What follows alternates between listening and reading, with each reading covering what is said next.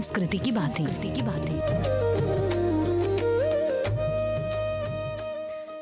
नमस्कार, नमस्ते, जय श्री राम। आप सुन रहे हैं आपका अपना कार्यक्रम संस्कृति की बातें। आज का हमारा विषय है हिंदू संस्कृति, बिहार की परंपराएं और भोजपुरी संस्कृति, जिन्हें हमारे पूर्वज अपने साथ लेकर मॉरिशस आए और जिनसे आज हमारी पहचान बनी हुई है। हमारे साथ विशेष अतिथि के रूप में उपस्थित हैं भारत से आए विद्वान और संस्कृति के गहन अध्येता श्री आचार्य राजेंद्र मिश्र जी। प्रणाम आचार्य जी, आपका इस कार्यक्रम में हृदय से स्वागत है। आज हम आपसे कई महत्वपूर्ण पहलुओं पर चर्चा करेंगे। सर्वप्रथम हम जानना चाहेंगे आपके बारे में संक्षेप में। आप भारत से आए हैं और यहाँ पर हमारे छोटे भारत मॉरिशस को अपनी माता स्वरूप मान चुके हैं। आप हमें बताइए इस सफ़र के बारे में संक्षेप में। सबको पहले मेरा करबद्ध प्रणाम। भारत माता की जय और मॉरिशस माता की भी जय। जैसा आपने बताया कि मैं भारत से आया हूँ।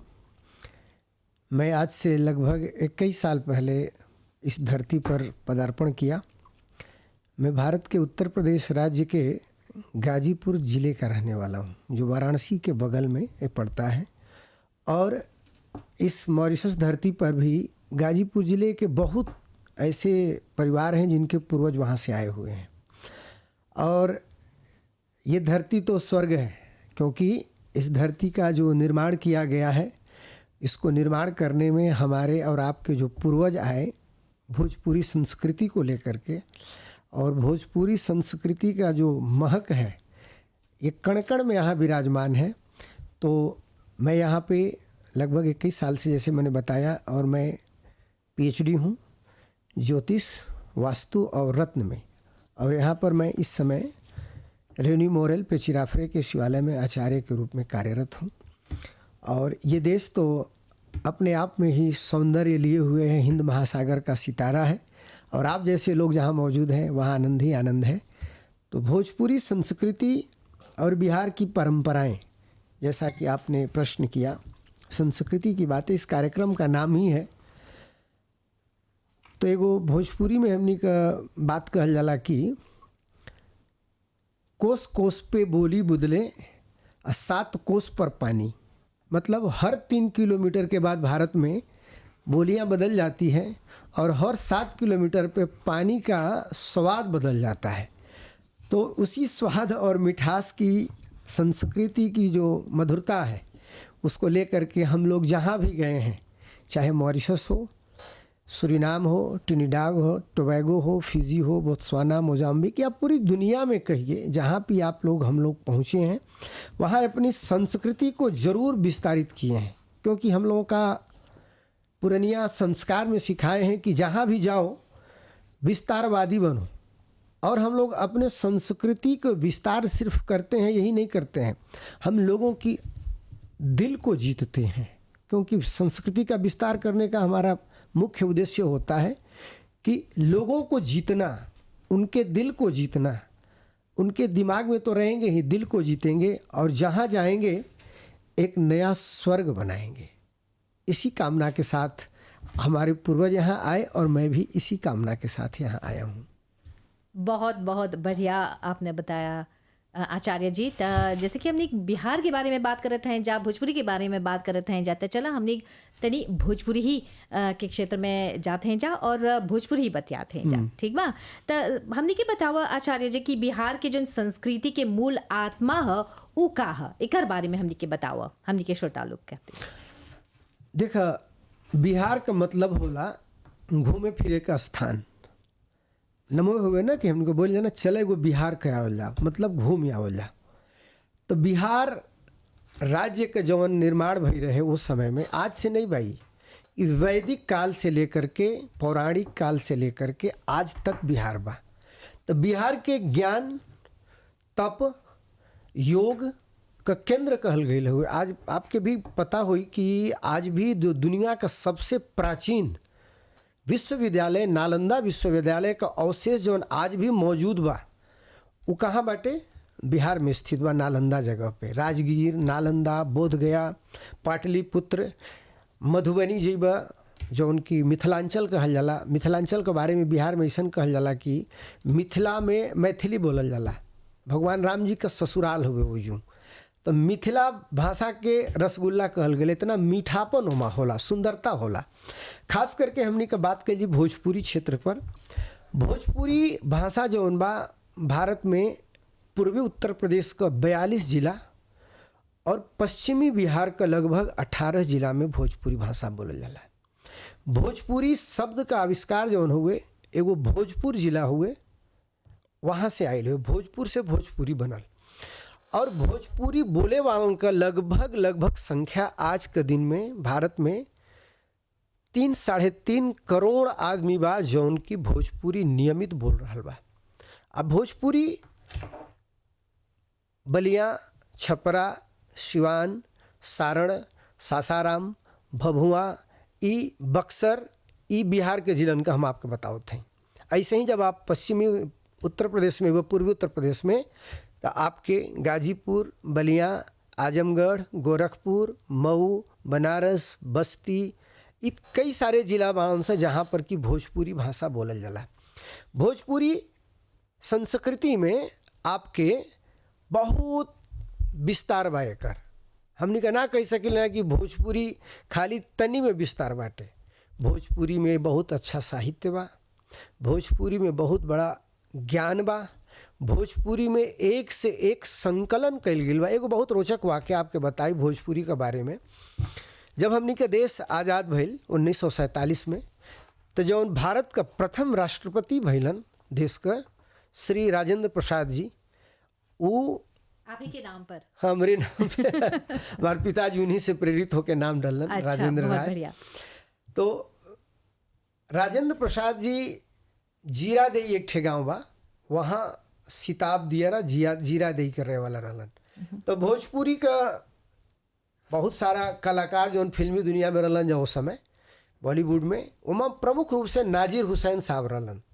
पुराना जमाना का फिल्मन में बहुत पिताजी का रोल कैले बाड़न। आज भी आप नाजिर हुसैन के देखबा बहुत फिल्मन में बाड़न। नाजिर हुसैन साहब जब गइलन राजेंद्र प्रसाद जी से मिले, तो एगो बात बोलन कि देखा राजेंद्र प्रसाद जी, हमनी का भोजपुरिया लोग कितना आगे बढ़ गई नहीं जा कि देश का पहला राष्ट्रपति हमनी का भोजपुरी बोले वाला बनल बा। राजेंद्र प्रसाद जी एगो बात बोलन कि देखिए भाई, आप लोग भोजपुरी की तो इतनी सेवा करते हैं, लेकिन दुख इस बात का है कि आज तक भोजपुरी में एक फिल्म नहीं बनी। उन्होंने ताना दिया उनको। तो नाजिर हुसैन साहब ने, संजोग की बात देखिए कि मैं जिस गांव का रहने वाला हूं, नाजिर हुसैन साहब उसी गांव में पैदा हुए थे। मैं भाग्यशाली हूं कि उसी गांव में मेरा जन्म हुआ है। नाजिर हुसैन साहब ने उसी दिन क्रिया कसम खैलन कि जाते जाते एक ठे फिल्म बनावल जी हमनी का, और ऊपर काम कैलन जा। अब पहली भोजपुरी का फिल्म बनौलन जा, गंगा मैया तोहे पियरी चढ़ाइबे। वो गंगा मैया तोहरे पियरी चढ़ाइबे, एगो लाइन हुए ना, हे गंगा मैया तोहे पियरी चढ़ाइबे, सैया से करिद मिलनवा, हाय राम सैया। तो ये गीत जौन बा आज भी मॉरिशस में भी जब हमनी का गंगा स्नान आवेला तो अक्सर आप लोग बजावेला जाए गीत के।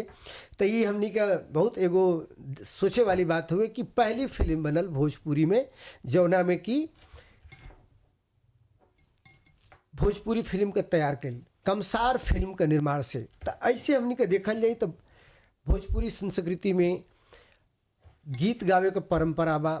आप देखबा तो जब विवाह होला, हमनी का पहला आप बोल रहे हैं कि विवाह बिहार की परंपरा, तो वहाँ पे विवाह शादी में हर एक आयोजन में वहाँ गीत बा। तिलक चढ़ी तब गीत गावल जाई, विवाह हुई तब गीत गावल जाई, हल्दी बा तब गीत गावल जाई। तो हमने कही जो सांस्कृतिक धरोहर बा ये बहुत विस्तार में बा, बहुत छोट नहीं बा, एक बहुत नाना प्रकार का रूप बा। और भोजपुरी भाषा आज से नहीं बा, वैदिक काल से बा।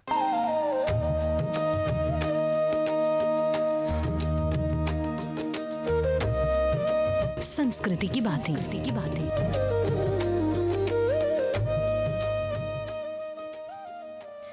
अभी आप लोग हमनी के संगे जुड़ल हवा जा और M3 रेडियो मनोरंजन पर। और हमनी के आज जो मुख्य अतिथि हवन आचार्य जी राजेंद्र मिश्र जी हवन, उनकर एक बार फिर से स्वागत करत हैं जा।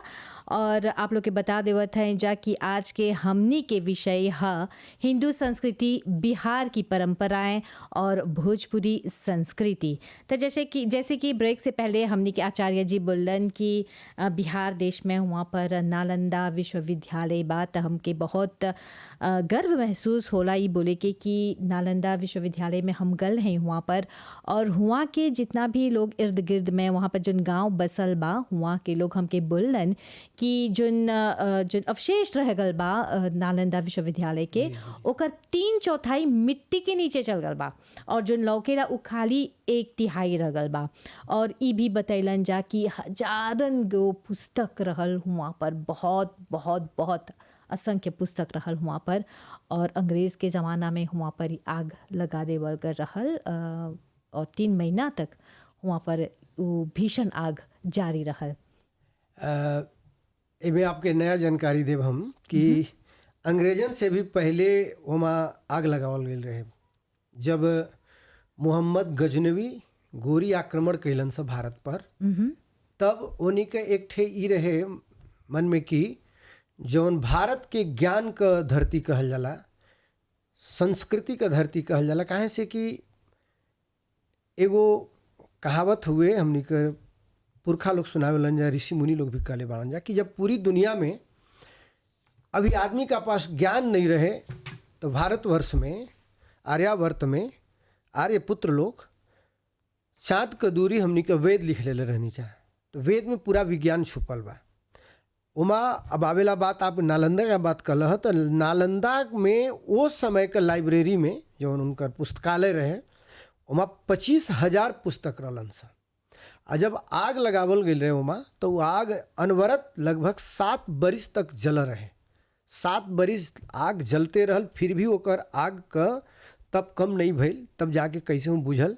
और नालंदा विश्वविद्यालय में आर्यभट्ट, बराह मिहिर और ये शून्य का आविष्कार जहाँ से भइल, दशमलव का आविष्कार भइल, सब नालंदा विश्वविद्यालय का प्रोफेसर लोग ही, गुरु आचार्य लोग ही कहले हुआ जा, दूसरा कहाँ के नहीं बा। तो ओकरा बगल में राजगीर बा, बौद्ध गया बा। बौद्ध गया बिहार में ही आवेला, जहाँ पर कि महात्मा बुद्ध के प्रथम ज्ञान प्राप्त भइल। बौद्ध वृक्ष के नीचे आज भी उनकर वो मंदिर बाटे। बौद्ध वृक्ष भी बा जहाँ पर पूरे विश्व से जो बौद्ध धर्म का अनुयायी लोग बाड़न जा। और देखा, सबसे पहले जो आज भी प्राचीन काल के इतिहास में आवेला मगध। मगध मतलब जो पाटलिपुत्र ओकर राजधानी रहे, जौना के आज हमनी का पटना कहिला जा। पाटलिपुत्र मगध का जौन 16 महाजनपद रहलन सा, भारत में 16 गो राज्य रहलन सा, ओमा सबसे बड़ा रहलन मगध। मगध में बहुत सुंदर रहे। उस जमाना में लिखल गइल बा कि पटना के इतना सुंदर बनावल गए रहे पाटलिपुत्र का, जौना का कोनो जवाब नहीं रहे। और जौन उस जमाना का नर्तकी रहलन, उनकर एगो सुनील दत्त साहब का फिल्म बनल हुए, वह गीत हुए, तुम्हें याद करते करते बीतेगी रैन सारी, तुम ले गए हो अपने संग नींद भी हमारी। तो वैशाली की नगर वधू, ये बहुत सारी जौन बाटे परंपरा बिहार से शुरू भइल बा। पूर्वी उत्तर प्रदेश में भी बनारस, गाजीपुर, बलिया, आजमगढ़, गोरखपुर जौन बात, ये पूरा एगो क्षेत्र हुए जहाँ की भोजपुरी बोलल जाला, भोजपुरी संस्कृति बोलल जाला, जहाँ पर कि आपके हर जगह हर एक तिथि पर मौसम पे गीत बा, श्रावण के गीत बा, कजरी गीत बा। जैसे श्रावण मास आई तो वहाँ कजरी गावल जाला, नया नया दुल्हन आवली से गीत, सच के पहली शादी भेल बा, दूसरी तो अपन पूरा श्रृंगार करके पूरा हाथ में। और वहाँ एगो बड़ा बढ़िया कजरी का एगो लाइन तो आपके सुना दे भोजपुरी में। पिया मेहंदी मंगाई द मोती झील से, जाके साइकिल से ना, मेहंदी ऐसे तू लगाई द, मेहंदी ऐसे तू लगाई द, हमरे हथवा में सजाई द, जवन छुट्टे बड़ा मुश्किल से, जाके साइकिल से ना, पिया मेहंदी मंगाई द मोती झील से, जाके साइकिल से ना। तो ये हमनी का लोक परंपरा का तिलक के गीत बा, इमली घोटावे गीत बा। और सबसे बढ़िया जो हमनी को भोजपुरी क्षेत्र में एक ठे गीत का परंपरा आवेले, गारी। दुल्हा के गारी दहल जाला। जब दुल्हा खाने बैठी, बरियात जब जाला द्वार पूजा लगावे तो गारी दहल जाला। गारी, आप गारी सुनले हुआ? हाँ। नहीं, हऊ गारी नहीं, ई गारी प्रेम वाली गारी दहल जाला। अच्छा, ई नहीं सुने अच्छा। हैं। अच्छा, सुना देता तनी।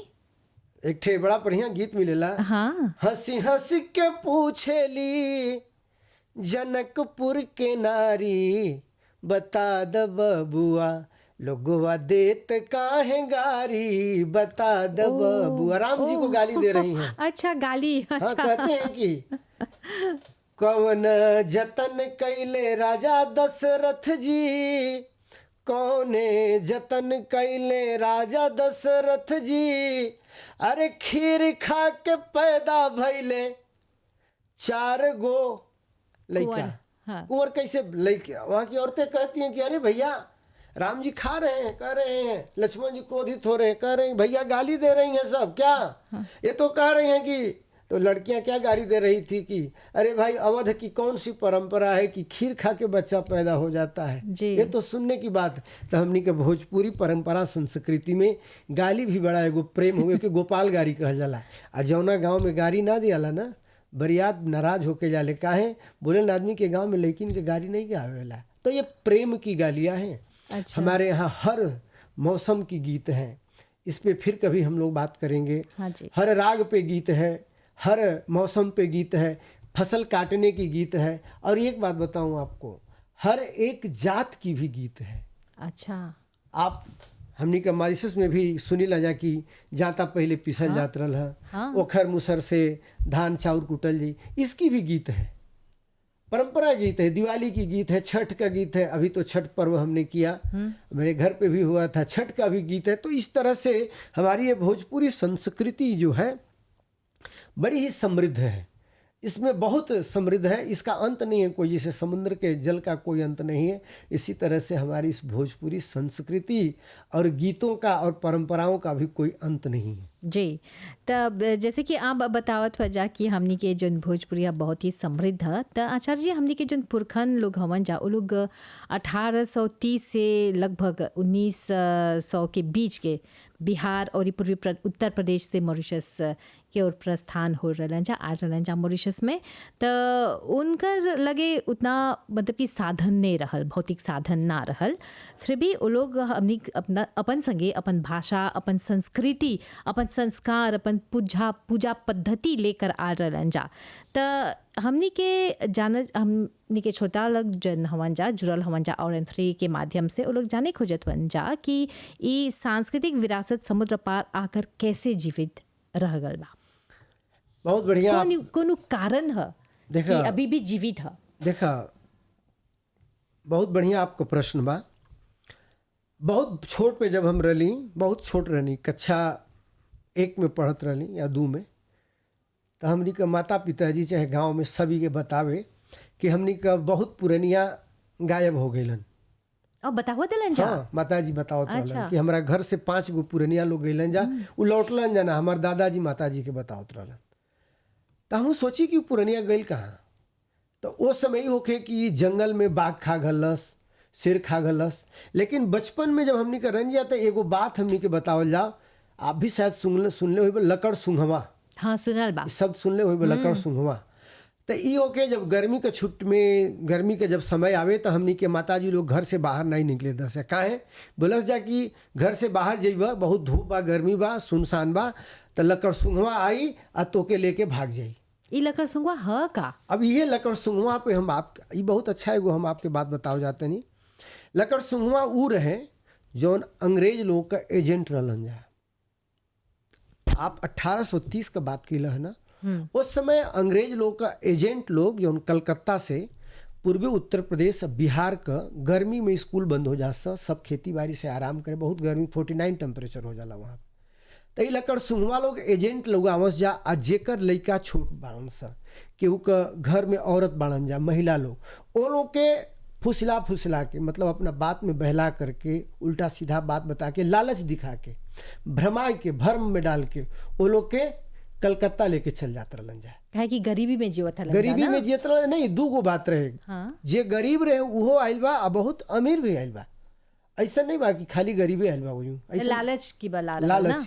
त काहे से कि ओजू उ एगो बात बोलन सा लकड़ सुंघवा क्या लालच देत रहलन सा। मॉरिशस में भी बोलले जाला कि चलबा एगो देश बा मारिच देश, ओजू जइबा पत्थर हटेबा तो तोके सोना मिली। तो जाने ल कि एशिया, पूरा एशिया का जोन भी आदमी होलन उस सोना पे बड़ा ध्यान देलन। हाँ। और हमनी का सनातन संस्कृति में जी बात तू जाने ला। हाँ। माता जी लोग बान जब पुरुष लोग धन ना इकट्ठा क्यों करला, बैंक बैलेंस बाद में करी, सोना पहले किनी ले सोना जाला। पहले। हाँ। अभी भी बहुत घर में सोना धैल बजानत हुआ ना, सोना के सब धरेला, उस समय तो गिरनी चले। तो सब लोग सोना बटोरे खातिर के लालच में पड़ के उलकड़ सुंघवा लोग ले ले मॉरिशस आ गई जा। जब वो लोग कलकत्ता में जहाज धैलन जा तब डर के मारे।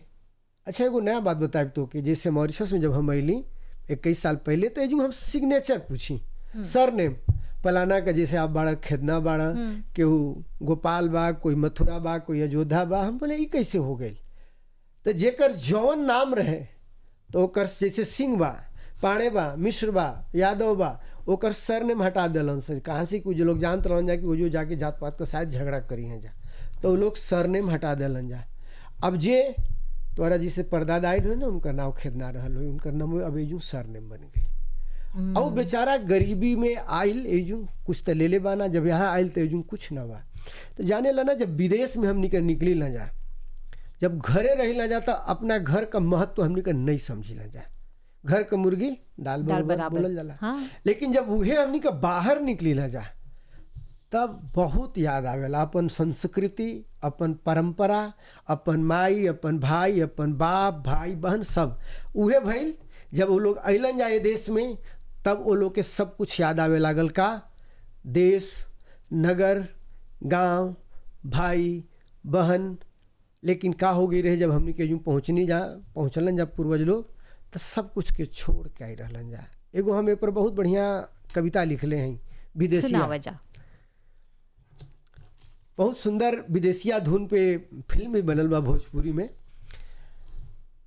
एक ठे जात बाटे परदेसी आयल बाई है, 7 समंदर पार होकर, औरत कहत बिया, औरत से बोल के आवता गांव में कि देख हम जाते नहीं कमाए विदेश, लौट के आई तो तोरा के सोना लेके आई, सोना का गहना गढ़वा के लेके आई। और बेचारी एक दिन अपना परदेसिया का इंतजार करत करत करत करत मर गई बा। ओकर आत्मा जौन बा गाँव के एगो पेड़ पे बैठल बा, आज भी इंतजार करता। वही पे हमें गीत लिखनी, आँख में अभी भी हमरा लोर टपके लागेला, जब खुद के लिखल रचना है। हाँ। रहिया तकत मोरे आँखी पाथराई गईले, सुखी गईले अखिया के लोर, न जाने कब तू अइबे रे विदेसिया, टूट गईले असरा के डोर, असरा के डोर टूटल मन भइले थोर, ना जाने कब तू अइबे रे विदेसिया, अखियाँ के लोर नाही रुके रे विदेसिया। ये विदेसिया धुन है। कितनी भी आज भी ऐसे परिवार हैं जो रोते रोते थक गए, लेकिन जब वो आए यहाँ पे तो उनके पास एक ही साधन था, अपनी संस्कृति। और उनके पास जो कुछ लोग आए थे लेकर के श्री रामचरितमानस का पुस्तक जो लोग लेके आए थे, भगवान राम की कथा, क्योंकि राम जी की कथा ऐसी है जो हम लोगों के जीवन में संघर्ष से लड़ने की एक शक्ति देती है। राम को इसीलिए हमारे समाज में, संस्कृति में मर्यादा पुरुषोत्तम कहा गया है, क्योंकि भगवान राम एक मर्यादा में रह करके जीवन को कैसे जिया जाता है, हर सुख दुख को कैसे बर्दाश्त करना चाहिए। कहा जाता है ना कि आज दुख है तो कल सुख होगा, कल सुख है तो आज दुख होगा, इसलिए आपको हरदम एक भाव में रहना चाहिए। तो जो हमारे पूर्वज आए पूर्वी उत्तर प्रदेश, बिहार, या यही कहेंगे कि पूरे भारतवर्ष से जो आए, तो जब वो यहाँ पे आए, जो उनके पास कोई साधन संसाधन नहीं था, तो उन्होंने अपने जो धार्मिक पुस्तकें थी उसको लेकर के यहाँ के बैठकाओं में डाले, और उन्होंने अपने बच्चों को उस चीज़ को सिखाया कि देखो, इस आशा में कि कल हम रहें या न रहें, जब हमारे बच्चे एक दिन अपने उस भारत भूमि पर जाएंगे तो अपने संस्कृति को भूलें, क्योंकि हर आदमी यही आशा अपेक्षा रहता है। आप भी अगर एक दिन भारत से, मॉरिशस से कहीं विदेश जाते हैं, इंग्लैंड गए, जर्मनी गए, इटाली गए, तो एक दिन अपने बच्चे को सिखाते हैं ना कि देखो हम मॉरिशस से आए हैं, और एक दिन तुम भी मॉरिशस जाना, हमारा गांव में ऐसा घर है। ऐसे ही हमारे जो पूर्वज यहाँ पे आए तो अपनी संस्कृति और अपनी विरासत को अपने बच्चों को वो सिखाते गए। उनके मानस पटल से कभी उन्होंने उसको बिसरने नहीं दिया, हरदम जीवित रखे, और उसी जिंदा रखने का आज प्रमाण है कि मॉरिशस देश इतना तरक्की किया है, क्योंकि कहल जाला कि अपना भूत के लेकर के वर्तमान में जीते हुए भविष्य के निर्माण कइल जाला।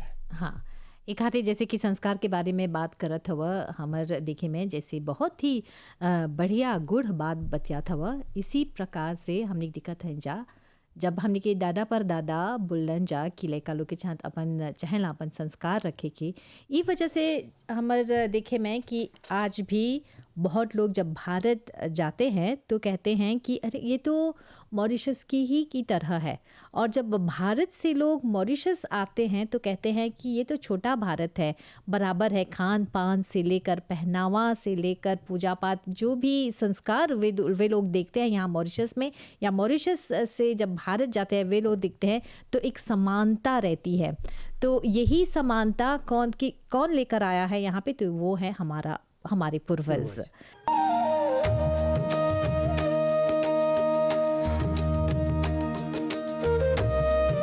संस्कृति की बातें।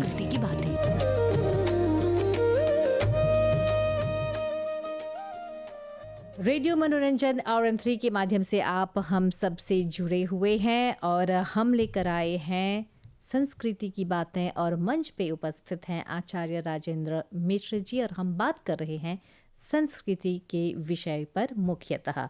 तो आगे बढ़ते हुए आचार्य जी, हिंदू संस्कृति जो विश्व की सबसे प्राचीन और समृद्ध संस्कृतियों में से मानी जाती हैं, जिनमें संस्कार, धर्म, आचार, योग, भक्ति और परिवार केंद्रित जीवन की गहरी परंपरा है। तो आपसे निवेदन है कि हमारे जो श्रोता हमसे जुड़े हुए हैं, आप बताएं कि 16 संस्कारों की जो परंपरा है उनकी क्या महत्व है उनकी। बहुत बढ़िया आपने प्रश्न किया है। संस्कार का अर्थ पहले जानना चाहिए। संस्कार से ही संस्कृति बनती है ना। तो संस्कार का मतलब होता है सीखना। तो हमारे सनातन में ही नहीं कहेंगे, ये वैदिक जितने भी ये संस्कार या पूजा पद्धतियां हैं सब वेदों से आई हैं जी, ठीक है, सब यजुर्वेद से हैं। ये कुछ लोग भ्रम में बात करते हैं कि ये वैदिक है, पौराणिक, ऐसी कुछ बात नहीं होती है। जितने मंत्र हैं सारे के सारे वैदिक मंत्र ही हम प्रयोग करते हैं किसी भी पूजा पद्धति में। तो हमारे सनातन धर्म में, सनातन संस्कृति में, सनातन मतलब होता है जो सत्य है, जो सत्य के मार्ग पे चलता है वही सनातनी है।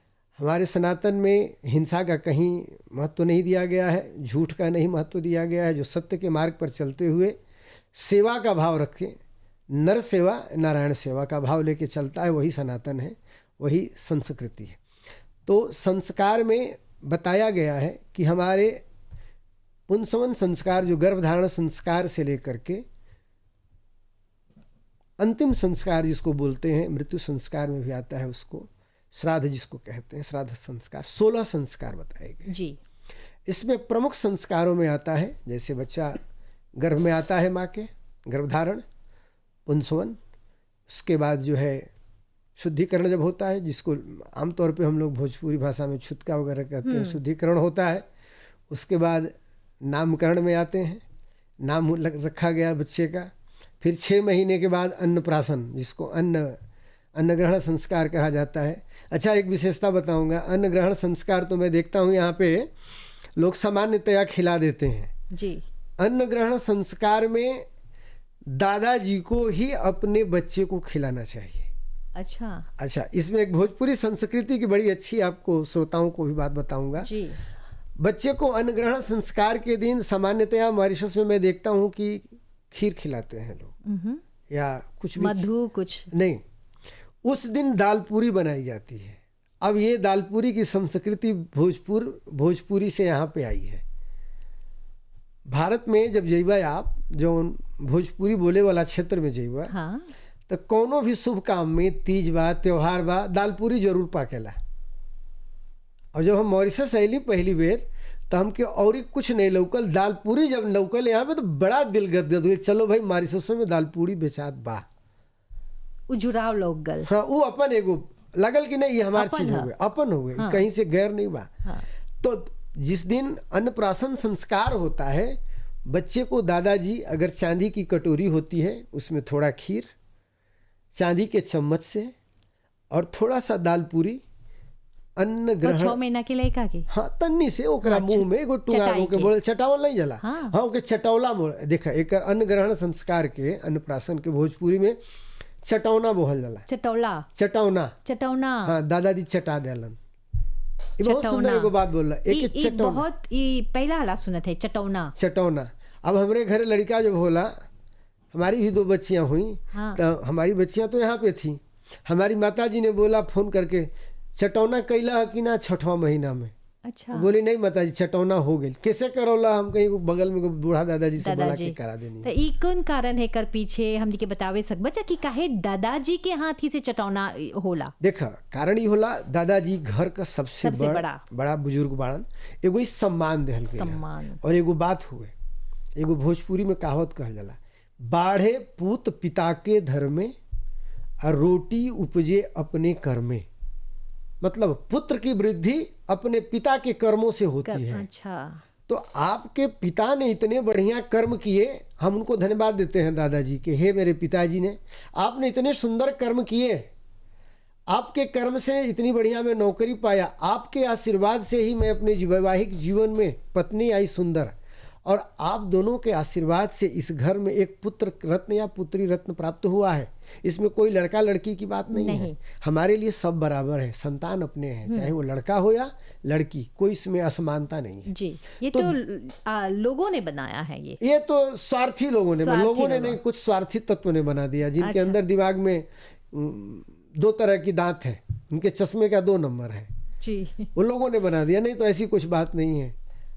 आज तो विज्ञान का जमाना है, लड़कियां कहाँ से कहाँ गई, कहाँ तक पहुँच गई। आप तो हमारा इंटरव्यू ले रही हैं, अब इससे बड़ी बात क्या हो सकती है? हमारे गर्व की बात है। क्या तो शक्ति होती है ना, अरे भाई, कि शिव जी में भी अगर ई निकाल देंगे तो शव हो जाता है। अरे नहीं, हमारे शास्त्र कहते हैं जी, यत्र नारी पूजनते तत्रो रमन्ति देवता, जहाँ नारी की पूजा होती है देवता स्वयं विराजमान होते हैं जी। माँ सरस्वती है, तभी तो हम अब बात कर रहे हैं, उन्हीं का तो आशीर्वाद है जी जी। तो इसीलिए अपने घर के बुजुर्ग दादा दादी को बैठाया जाता है कि आपके आशीर्वाद से आपने जो वृक्ष लगाया आज ऐसा पुष्पित पल्लवित हो रहा है कि आपके आशीर्वाद से ये नन्हा आया है, पहला आप इसको भोग लगाइए। तो ये अन्नप्राशन संस्कार आता है। अब हम एक बात आपको बताएंगे कि मुंडन संस्कार, इसके बाद आता है नामकरण संस्कार, हो गया अन्नप्राशन हुआ, मुंडन संस्कार। मुंडन संस्कार जो है हम मॉरिशस में देखते हैं कि लोग, अभी बच्चा 10 दिन का है, 20 दिन का है और उसका बाल मुंडन करा दिया जाता है। ऐसा नहीं होना चाहिए। मुंडन संस्कार कम से कम 1 साल का हो या 3 साल का, या सबसे सुंदर मुंडन संस्कार 5वें साल का कहा गया है। कुमार जब तक न हो जाए, थोड़ा घुघराले बाल उगे जी। और उसकी ये वैज्ञानिक महत्व क्या है, अब 10 दिन 15 दिन 20 दिन के बच्चे का आप नाऊ जो ठाकुर है, नाऊ का उस तरह लगेगा तो उसका स्किन तो बहुत नाजुक है, कमजोर है। अगर उसको आपने गलती से कट गया तो उसके नसें कटने का डर होता है, वो तो बहुत नाजुक है, बहुत ज्यादा। तो इसलिए हमारे ऋषि मुनियों ने परंपरा रखा कम से कम 1 साल थोड़ा चमड़ा जो है उसका सहन शक्ति हो, सहने के लायक हो जाए, थोड़ा मजबूत हो जाए, मजबूती आ जाए, तो उसमें शिखा का प्रावधान किया गया है, लड़कियां हैं तो शिखा नहीं रख रही हैं, तो मुंडन संस्कार जरूर होना चाहिए। दोनों बच्चियों का भी और बच्चों का भी, दोनों का मुंडन संस्कार करना चाहिए, बिल्कुल करना चाहिए जी बिल्कुल। और उसमें हमारे सनातन धर्म में भी बताया गया है, संस्कृति में, पूर्वी उत्तर प्रदेश और जो बिहार भोजपुरी संस्कृति की हम बात कर रहे हैं, उस बाल को उठा करके एक कपड़े में बांध के रखना चाहिए, गांठ में, गंगा जी में पहले चढ़ाना चाहिए जी। और उस बाल को अपने गांव के देवी देवताओं के यहाँ भी थोड़ा थोड़ा चढ़ाना चाहिए। जैसे काली माई हुई, शिव जी का मंदिर है, मंदिर शिवालय में थोड़ा चढ़ाना चाहिए। प्रभु को अर्पित करते हैं, तेरा तुझको अर्पण, क्योंकि तेरा तुझको देते ये जीवन तो आपकी है प्रभु जी। उसके बाद वेदाध्ययन, जो गुरुकुल जाता है बच्चा पढ़ने के लिए, अब तो 3 साल में मैट्रिनल में हम डाल देते हैं, अब तो भाई व्यवस्थाएं बदली, गुरुकुल जाते हैं पढ़ने के लिए, वेद पाठी बन जाते हैं, अध्ययन करके आते हैं।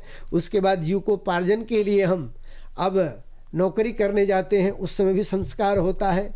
उसके बाद आता है वैवाहिक संस्कार, उससे पहले उपनयन हो जाता है। उपनयन कई तरह से होते हैं जी।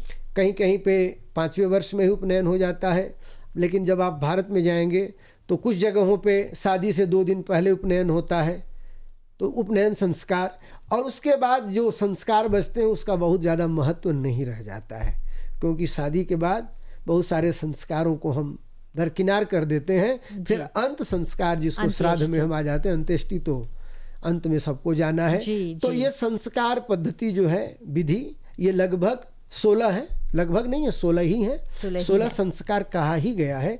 ये हमारे सब, और बड़ी खुशी है वो संस्कार जो वहाँ पूर्वी उत्तर प्रदेश बिहार में होते हैं, ये मॉरिशस में भी आज जिंदा है। यही हमारे पूर्वजों की सबसे बड़ी पूंजी है, जो कहीं भी हम गए अपने संस्कार को, अपने बोली को, अपने भोजन को हमने छोड़ा नहीं। संस्कार हमने बात किया, हमने अपने मुख्य भोजन जो दाल पूरी पे हम लोग आए। और आपको बताते चलूं, ये जो हम लोग गातो पीमा मॉरिशस में खाते हैं, मोदी जी भी आए थे तो बोले गातो पीमा दाल पूरी है। अरे ये गातो पीमा तो बचपन से हम खाते आए हैं, बनता है वहाँ पे जी। वही तो हमारे पूर्वज, अपने हम श्रोताओं को भी बताएंगे, वही गातो पीमा, वही दाल पूरी, ठेकुआ, रोट, ये सब हमारे पूर्वज मॉरिशस में लेके आए, वही हम खाते हैं। तभी तो बना जी, वही बना, उसी को हम खा रहे हैं, पी रहे हैं, जी रहे हैं। तो ये बहुत बढ़िया आपने प्रश्न किया जी। तो इतने सारे संस्कारों के बारे आपने हमने बताया, और मैं देख रही हूँ प्रोग्राम की शुरुआत से ही आप इन्हीं गिने आपने हमको जो लोक गीत हैं वो आप सुनाते आ रहे हैं। तो इन जितने भी संस्कार हैं, क्या उनमें से किसी भी संस्कार का कोई लोकगीत अगर आप हमें सुना देते तो बहुत बढ़िया होता। अरे वाह, बहुत सुंदर जी। तो आइए हम एक जन्म का गीत गाते हैं। अच्छा। जन्म संस्कार पे, यहाँ पे क्या होता है, देखिए, एक जन्म संस्कार के समय एक हम लोगों को काम करना चाहिए। यहाँ पे वो होता नहीं है जी। मैं तो आचार्य हूँ जी। यहाँ पे लोग तब आते हैं पंडित जी के यहाँ जब लोग registrar office, civil status office में उनको बच्चे का नाम रजिस्टर कराना जाना होता है। तब पहुँचते हैं कि बाबा जी कोई अल्फ़ाबेट बताइए जिसे हम बच्चे का नाम रखें। और हम जा करके तो हम पूछते हैं कि अरे भाई, आपने जिस दिन बच्चा पैदा हुआ उस दिन के आप तो उसी दिन देखना चाहिए ना। सबसे पहले आपको ये करना चाहिए कि अपने जो पुरोहित हैं, जो आपके ब्राह्मण हैं, गुरु जी हैं, जिनसे आप पूजा पाठ कराते हैं, सबसे पहले उनसे फ़ोन करके आप उनको जना दीजिए कि देखिए मेरे घर में बच्चा पैदा हुआ है, क्या कहीं मूल उल में तो नहीं है ना। अगर मूल में बच्चा है बहन जी, तो उस बच्चे को 27 दिन पे 27वां उसको कहा जाता है, 27वें दिन उसकी पूजा हो जानी चाहिए मूल। और इन 27 दिनों में बाप को अपने बच्चे का मुंह नहीं देखना चाहिए, ये नियम है, नहीं तो उसका बुरा असर आता है। यही मूल ग्रह का। अब यहाँ पे होता क्या है, अब हम बोलते हैं कि लड़का तो आपका मूल में है, अच्छा बाबा जी बाद में मूल संस्कार करा देंगे, ठीक है भाई, अब तो क्या कोई बात नहीं है। तो मूल इत्यादि नामकरण के समय बड़ा सुंदर हम लोगों के यहाँ ब्राह्मणियाँ आती हैं। तो वो आगे बढ़ने से पहले मैं एक छोटा सा प्रश्न पूछना चाहूँगी। अब जैसे कि आप बतावत हो जा कि मूल में रही तो पिताजी के ने चहला लेका के देखे के नहीं चाहिए। तो मान ल जैसे कि बोला चला वो खुशी के मारे पिताजी लड़का के चेहरा देख लेलन और मूल में पड़ल त कौन चीज चहना करे के अब देखा, अब खुशी का जब ठीक देख लेलन, खुश के देखा गलती से देख लेना तो ओकर कोनो भगवान मतलब भी कुल माफ कर देला। अच्छा ठीक बा। अब देखे अज्ञानता बस कोनो गलती हो गई बा तो ओके गलती ना कहल जाला। अच्छा जब तक नइखे जानकारी अगर हमसे गलती गई बा तो ओके गलती मनले ना जाला। अच्छा आप समझ गिला ना। जी, समझ लेकिन गेला। आज जैसे हम बतावत बानी, आज जैसे आप तू जानला, दो चार आदमी के बतैला, फिर भी जानते हुए भी जब हम गलती करत बानी तब नहीं अच्छा वो गलती बा। अच्छा जब अज्ञानता बस जब काम हो गई तो वहाँ कौन गलती भाई हमके पते नहीं बा तो गलती नहीं मानल जाला। ठीक ना। तो बस सोहर गावल जाला गीत के, एक जैसे आप लोग गावेला जा ना बधाई गीत, हाँ ललना यहाँ गावल जाला ना तो ओके सोहर बोलल जाला। अब एक लाइन सोहर का तो के हम सुना दे। बड़ा सुंदर ही गीत हुए, गोस्वामी तुलसीदास जी का लिखल गीत हुए।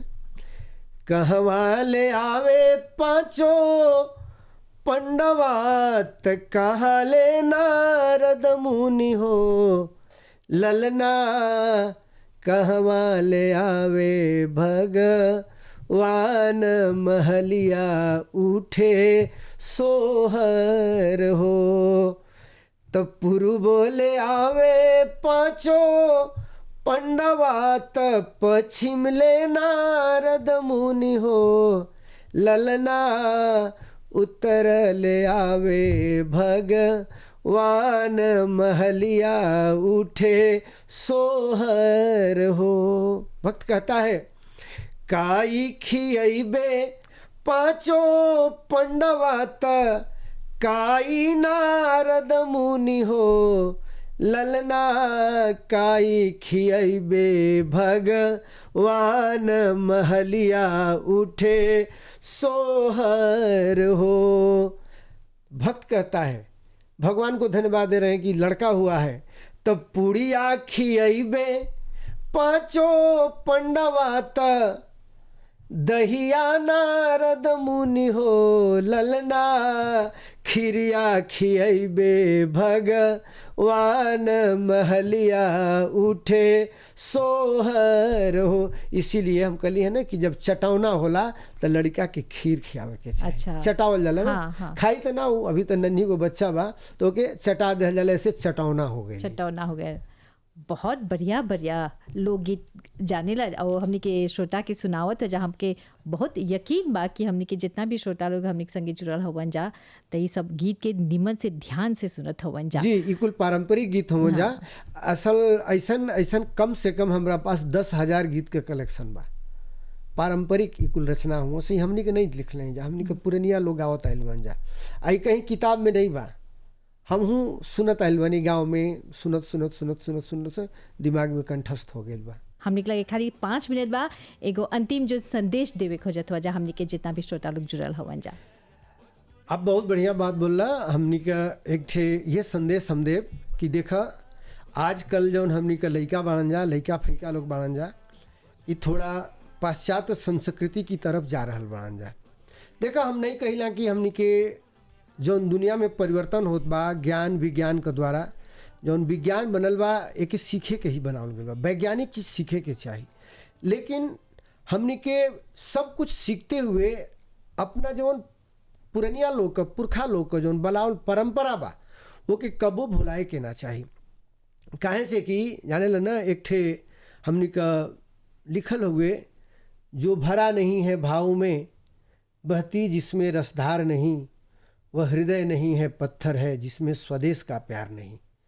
और जिनको न अपनी सभ्यता न संस्कृति पे अभिमान है, वह नर नहीं है नर निरा, वह मृतक के समान है। कहा गया है कि जिस व्यक्ति को अपनी सभ्यता और संस्कृति पे गर्व नहीं, घमंड अभिमान और गर्व नहीं होता है, वो नर नहीं है, वो तो पशु के समान है, क्योंकि उसको ज्ञान नहीं है।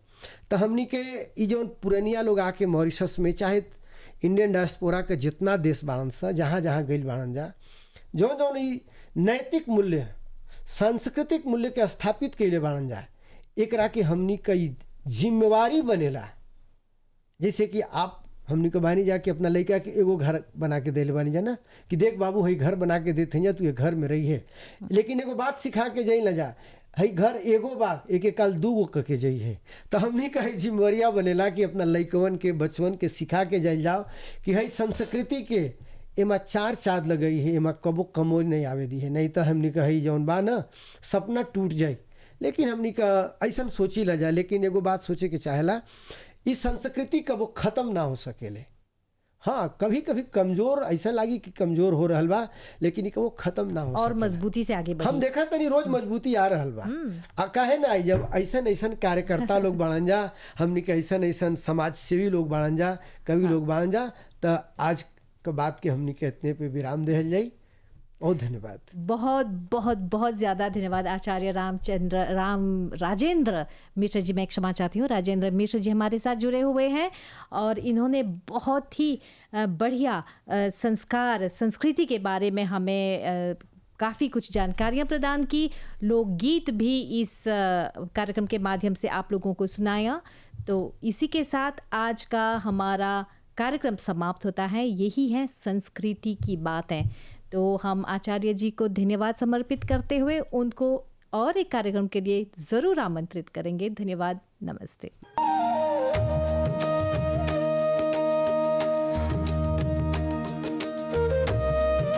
संस्कृति की बातें।